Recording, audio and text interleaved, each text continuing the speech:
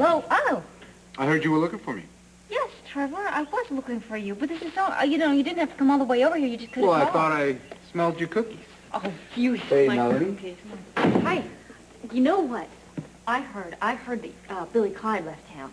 In a huff and a puff and blow the man down. I don't know what you did, but thank you so much. I am so grateful. He had no future in this town. Not after what he did to his daughter. Are you sure there's no chance of him coming back? Creep like that, it's hard to tell. Poor Emily Ann. Nah, she's better off without him. And he should know better than to show his face in this town again.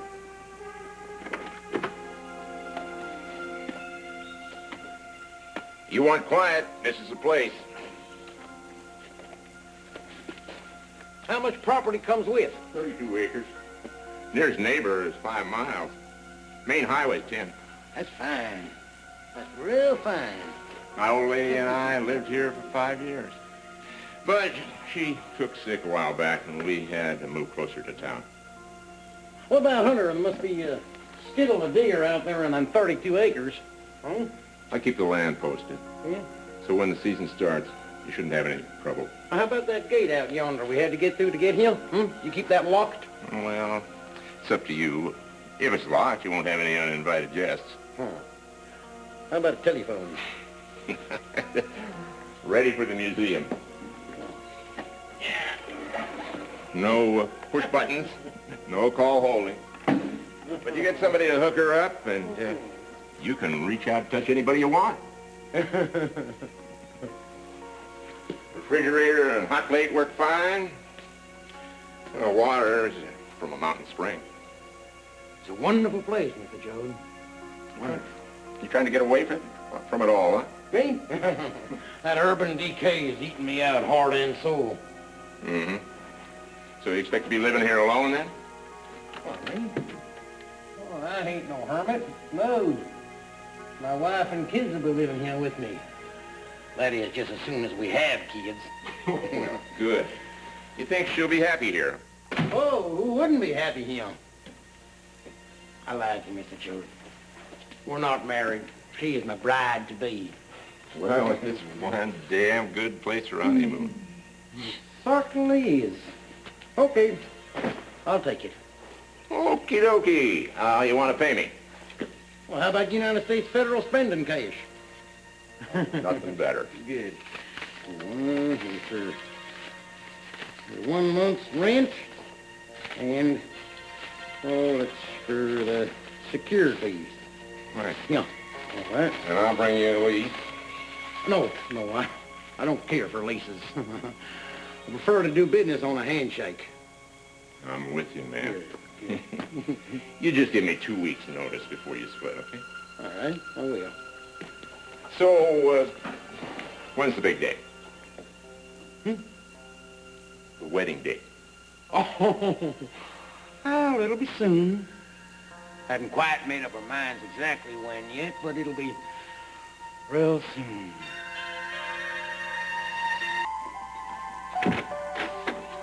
Hi. Oh, hi. Well, you know, as soon as you pick things up, they get scattered all over again. Yeah. Come in. Thanks. I think elves come in. Yeah, all of them named Junior. Listen, I'm sorry that I didn't call you before coming over. Oh, that's okay. I just wanted to apologize for my Aunt Phoebe. I know that she talked to you, and I'm very, very sorry for what she said. You know, as far as Tad is concerned, you know, she's been grinding this axe for years. She's really incapable of seeing him in a clear light. Yeah, you think so? They have a very unhappy history. Well, history or not, I think your Aunt Phoebe hit the nail on the head. You are in love with Ted, aren't you? I'm sorry to be so blunt, but there's really no other way to ask the question, is there? It was unexpected, unplanned. But yes, I have fallen in love with Tad. But he doesn't feel the same about me. Huh? He doesn't? He still loves you, Dixie. Right. I never meant for this to happen. I really didn't. I guess it doesn't matter what I thought or expected or what I meant to happen or not happened. It did. What do you want now? Now you want things to be serious between you. I wouldn't mind trying. I think Tad and I have a good shot at being happy together. Yeah, I see. Dixie, I didn't mean to upset you. And I'm sorry, but I have to ask you a question. Do you still love Tad? Why would you ask me a question like that? The need to survive. I've sort of stepped off a cliff here with my emotions. And maybe I can still grab the ledge, you know? No, I really have no idea what you're talking about. Tad loves you, Dixie. If you still love him, maybe I can grab on that ledge and stop my fall. Well, you're talking like this is something that you can control or that I have control over, but it's not. Dixie, do you still love Tad? Brooke, Please, I answered your question honestly.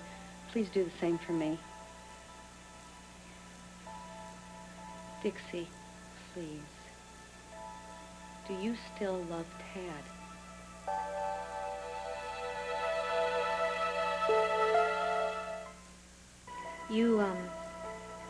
You say that Tad loves me, and, well, don't you think he is proving otherwise, carrying on with you? Dixie, I know what's in his heart, whether he admits it or not. Well, what about his actions, all right? They speak loud and clear. I mean, we're not even divorced, and already he's climbing into bed with somebody else. You haven't told me how you feel. Okay, all right. My life has not exactly come to a standstill because I don't have Tad. I mean, is that what you think? Poor little Dixie, she's just pining away because of a broken heart? No, of course, that's not what I'm implying. I know that you see other men. I know you've had a couple of dates with Marshall Dillon. Yes, I have. But you're not serious about him, are you? Well, Well, how can I not be serious? I mean, we're talking Trevor Dillon here, Pine Valley's hottest, sexiest, most scintillating lawman. What woman could resist me? Oh, she'd have to be made of iron. Tungsten steel. That's what I was going to say. That's what you were going to say. About our date? Yeah. I know we're going to the movies, but I promised Mahatma Pallet that I'd head over to the art show. Oh, Jeremy Hunter? Oh, Yeah. that would be so much fun. I'd love to. Oh, great. Great. All right, I'm going to be going. Okay. We'll see you later, Ms. English. You too, Mr. Dillon.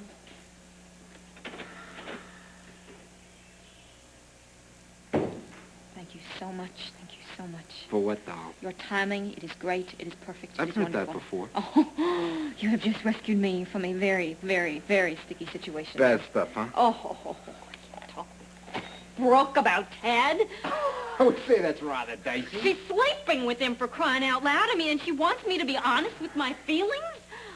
She's lucky I wasn't honest with the sucker punch. A woman after my own heart. Oh, boy, I mean, I can't help it. This is really terrible. I'm just so jealous. I can't help. It's really what helped break up our marriage in the first place, you realize. I mean, if I had just... But I didn't, and with Tad, you know, when I told him that we couldn't anymore, it was because I couldn't trust him, and I tried to trust him, but it's because he keeps proving to me I can't again and You're again. proving something right now. What? That you're still in love with the bum. Oh, what do you know? I know quite a lot.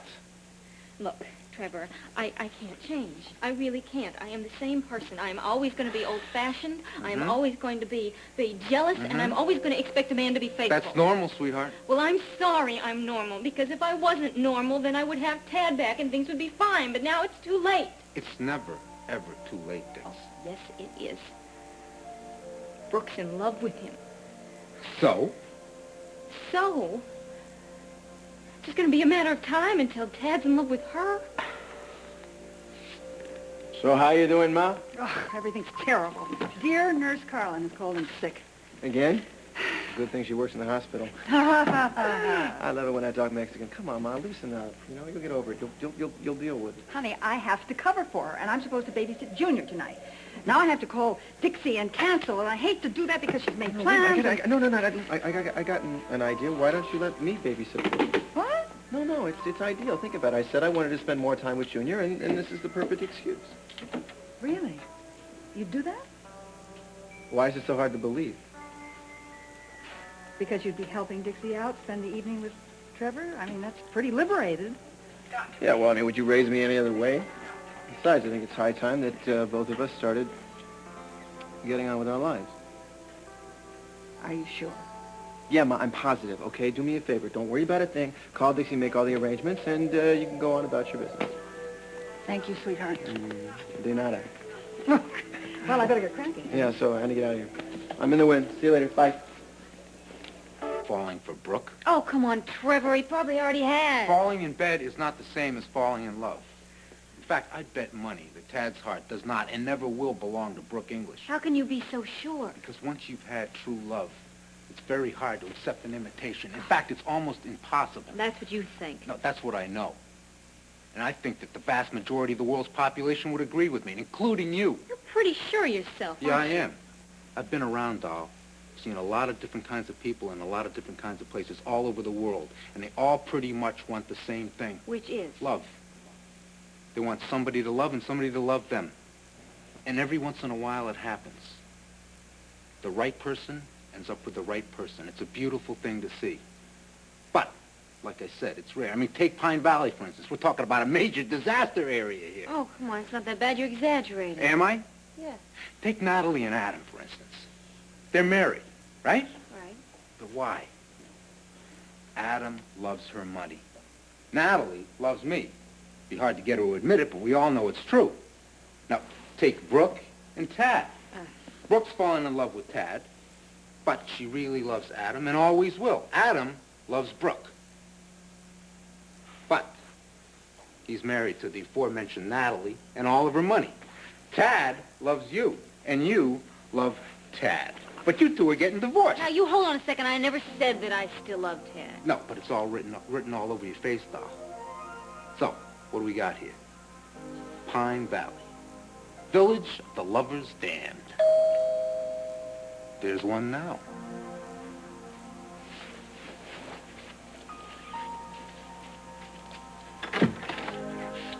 Your trusty babysitter. Alive, ready, and reporting for duty. Mom is real sorry that she had to cancel. Oh, hey, that's okay. You know, work is work. I understand that completely. But there is a bit of a problem, I'm afraid. The junior is upstairs, and there's nobody else here. It's not a problem. I could stay here with him. And that way he could, finish sleeping and not be moved. Great. That would be super. Okay, then. Well, you know, the juice is in the fridge for when he wakes up, and his dinner's in a bowl marked Junior, you know, also in the fridge. Your mom was going to get that when she came by to take him back home. Just pop that in the microwave for about 2 minutes, and then, let it cool down for 3, and he'll be ready to have his meal. Sounds simple. It's very simple. Very. I'm going to go upstairs and check on you. Excuse me. You're a hell of a sport. No, I'm not. I just like spending time with Junior. Yeah. Well, I'm just surprised you're not busy this evening. It happens. Yeah, tell me about it. I just don't have a steady like Brooke English. I figured you'd probably be out on a date tonight.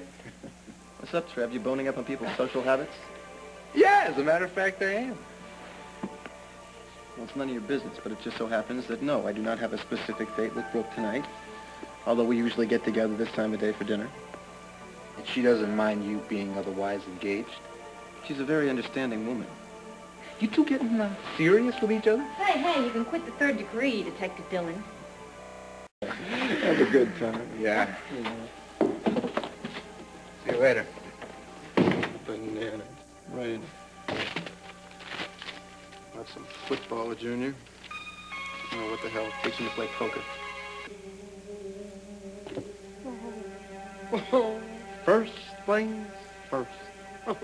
An excellent find, and just begging to be liberated from that dank and dusky corner from whence I rescued you. Oh, my life, my sweetness, my destiny, my Dixie.